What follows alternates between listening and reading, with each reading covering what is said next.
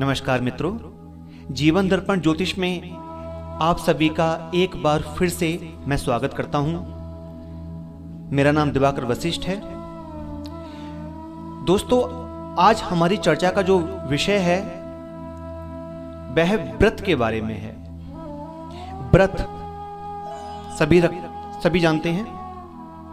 व्रत क्यों किया जाता है? व्रत किस लिए करना चाहिए? क्या व्रत करने से भगवान खुश होते हैं? और क्या भगवान खुश होकर हमें वो फल देते हैं जिस फल की कामना से हम व्रत करते हैं? तो आज हम इसी पर चर्चा करेंगे। मित्रों, इस वीडियो को आखिरी तक जरूर देखिएगा क्योंकि आज की वीडियो बहुत खास है। तो शुरू करते हैं आज का विषय। दोस्तों, भगवान ने इस धरती पर हमें खाने के लिए बहुत कुछ दिया है। भांति भांति के वस्तुएं भगवान ने इस पृथ्वी पर दी हैं जिसको हम खा सकते हैं, सब्जियां, फल इत्यादि। तो क्या भगवान ये चाहते हैं कि हम उनके लिए भूखे रहें, उनकी पूजा करें, भूखे रहें? और हमें भूखा देख करके क्या भगवान हम पर खुश होते हैं जो हम व्रत करते हैं? जी नहीं।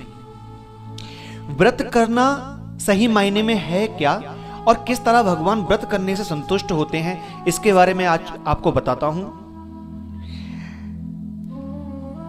मान लीजिए कि आपने आज व्रत किया और आपने आज पूरे दिन भोजन नहीं किया। रात्रि को जब आप भोजन करने के लिए बैठे तो आपको 2 थालियों में भोजन लगा करके दिया खाने के लिए, और आपसे कहा गया कि आज दोपहर को आपने कुछ भी नहीं खाया है, इसलिए दोपहर का भी खाना आपको खाना होगा और रात्रि का भी खाना होगा। तो क्या आप एक बार में दोनों समय के भोजन को कर पाएंगे? शायद नहीं कर पाएंगे। क्या अपने पूरे जीवन में आप उस भोजन को खा पाएंगे जो आपने, जिसका परित्याग कर दिया था आज, जिसको छोड़ दिया था आपने दोपहर को नहीं खाया? शायद आप नहीं खा पाएंगे।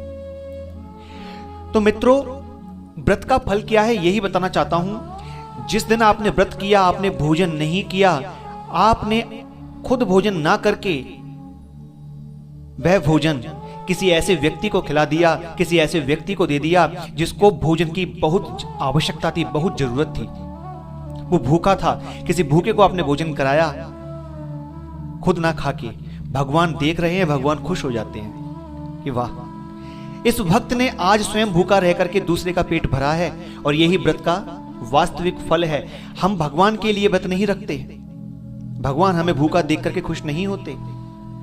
भगवान इस बात से खुश होते हैं कि हमने स्वयं ना खा करके उस व्यक्ति को खिलाया जो भूखा था, जिसको आवश्यकता थी, और हमने जीवन भर के लिए उस वस्तु को छोड़ दिया। हम कभी भी उस भोजन को नहीं कर सकते जो हमने आज छोड़ा है, और इसी से हमें व्रत का फल मिलता है।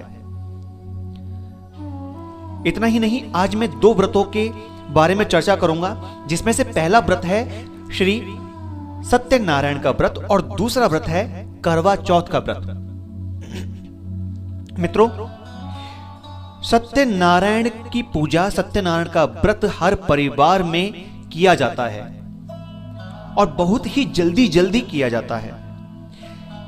स्कंद पुराण के रेवाखंड के अंदर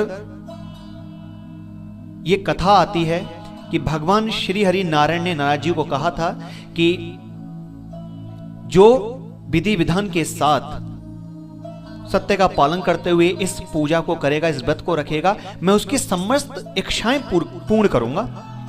अब सोचिए कि व्रत रखा जाता है सत्यनारायण देवता का, तो क्या वास्तविकता में सभी लोगों की इच्छाएं पूरी हो जाती हैं? शायद नहीं हो पाती। अब भगवान की वाणी है, मिथ्या कैसे हो सकती है? भगवान की वाणी कभी मिथ्या नहीं होती। विधि और विधान 2 चीजें हैं। हम विधि को अपना लेते हैं तो विधान को छोड़ देते हैं, और विधान को अपना लेते हैं तो विधि को छोड़ देते हैं। विधि, पूजा करने की विधि, कि आपको जो व्रत करना है उसमें क्या क्या सामग्री की आवश्यकता होगी, किस तरह से आपको व्रत करना है ये विधि होती है और विधान होता है कि किस देवता का आपको व्रत रखना है, किस देवता की आपको पूजा करनी है, किस दिन ये व्रत रखना चाहिए ये विधान होता है, किस किस बातों का आपको ध्यान रखना है ये विधान होता है। हम या तो विधि पूरी कर लेते हैं या विधान कर लेते हैं। विधि और विधान अगर पूरा करके व्रत कर लिया जाए तो निश्चय ही वह फल आपको प्राप्त होगा जिसकी आपके हृदय में कामना है। सत्य देवता का व्रत, सत्यनारायण की पूजा हर परिवार में होती है, लेकिन होता क्या है, सत्य की पूजा करते हैं, सत्यनारायण की पूजा करते हैं, लेकिन सत्य का पालन करना ही भूल जाते हैं। मित्रों, जिस दिन आप अपने परिवार में भगवान श्री सत्यनारायण की पूजा करने जा रहे हैं, व्रत रखने जा रहे हैं, उस दिन आप संकल्प लेंगे कि हे प्रभु, आज मैंने आपका व्रत धारण किया है, कल का सूर्य जब तक नहीं निकल आएगा मैं झूठ नहीं बोलूंगा, क्योंकि सत्य नारायण व्रत कहा गया है।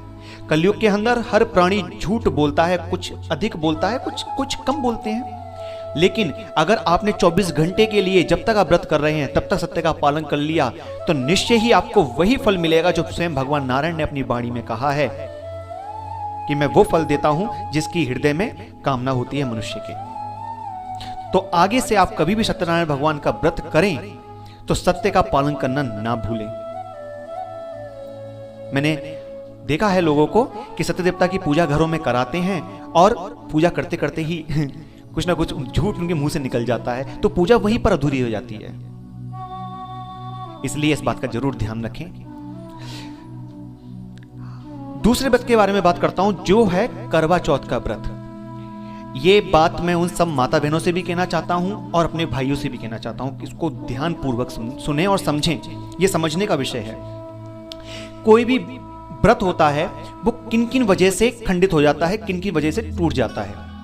दिन में सोने से व्रत टूट जाता है, 2 बार भोजन कर लेने से व्रत टूट जाता है, किसी की चुगली करने से, किसी की बुराई करने से, मिथ्या झूठ बोलने से व्रत टूट जाता है, खंडित हो जाता है। और ब्रह्मचर्य का यदि पालन ना किया जाए तब भी व्रत टूट जाता है, व्रत खंडित हो जाता है। मित्रों, करवा चौथ का व्रत हमारी माता बहनें रखती हैं और अपने अपने पति की दीर्घ आयु के लिए रखती हैं। सुबह से भोजन नहीं करती, पानी का भी परित्याग कर देती हैं, भूखी प्यासी रह करके इस व्रत को वह निभाती हैं। तो भाइयों, लेकिन गलती कहां हो जाती है, शायद ब्रह्मचर्य का पालन ठीक तरीके से नहीं कर पाते। उस दिन पति पत्नी को चाहिए कि वे ब्रह्मचर्य का पालन करें, क्योंकि देखा जाता है कि करवा चौथ का व्रत पति की दीर्घ आयु के लिए है और हर कोई रखता है, लेकिन फिर भी उसके बावजूद भी पतियों की आयु लंबी क्यों नहीं हो पा रही है? कहीं ना कहीं विधि या विधान में चूक हो रही है। और चूक यही है कि विधि तो अपना ली, करवा चौथ का व्रत तो रख लिया, लेकिन जो विधान है कि ब्रह्मचर्य का पालन करना है वो टूट जाता है, अमूमन टूट जाता है। ध्यान दे मैं क्या कहना चाह रहा हूं, मैं क्या समझाना चाह रहा हूं।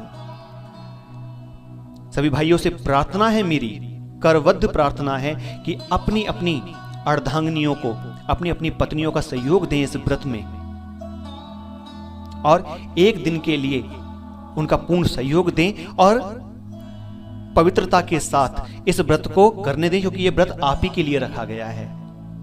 क्योंकि जब ब्रह्मचर्य टूटता है तो वह भगवान रुष्ट हो जाते हैं जिनको लेकर के ये पूजा की गई थी, और वह वर देने की जगह पर कुपित होकर के श्राप देते हैं और पति की आयु लंबी होने की जगह पर घट जाती है। जब आप व्रत करते हैं और व्रत में कोई भूल हो रही है, कोई पूजा में आपसे चूक हो रही है, तो उसकी सजा तो मिलेगी। तो दोस्तों, इस बात का ध्यान रखें, करवा चौथ का व्रत में पूर्णतः ब्रह्मचर्य का पालन अवश्य करें, तो निश्चय ही यह व्रत उत्तम फल देने वाला है। मेरा उद्देश्य किसी के मन को ठेस पहुंचाना नहीं है। अगर मेरी बातों से किसी को बुरा लगे तो मैं क्षमा चाहता हूं, लेकिन बस सिर्फ एक समझाना था, मुझे एक बताना था व्रत के बारे में।